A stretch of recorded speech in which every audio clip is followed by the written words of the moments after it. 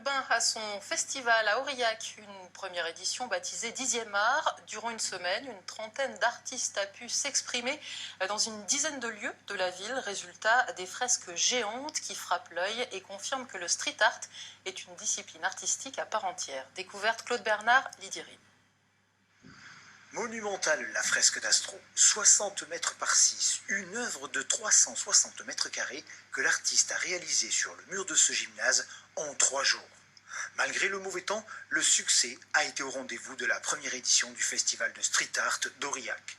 Une première édition, donc forcément un peu en demi-teinte pour des causes de météo un peu complexes, mais qui donne vraiment envie de créer une deuxième édition avec de nouveaux lieux, de nouveaux artistes.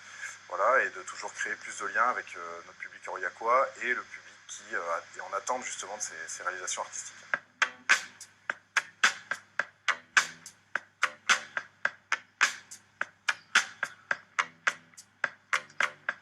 Ça fait quand même quelques années qu'on développe les cultures urbaines sur le bassin d'Aurillac et qu'on a pu faire preuve de professionnalisme et de passion sur nos actions.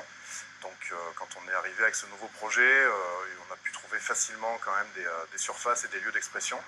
Des lieux d'expression qui sont en fait de grandes pages blanches mises à disposition des artistes.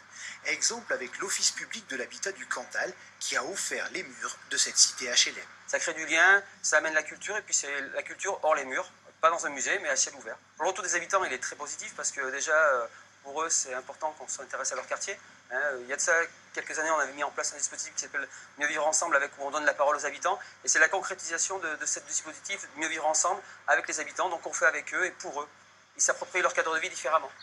En fin de journée, dans le cadre de la 4e semaine nationale des HLM, Logissance a choisi d'inaugurer cette fresque en noir et blanc par un concert de musique classique au pied des immeubles de la cité. L'organisme a promis de renouveler son partenariat avec le festival 10e art.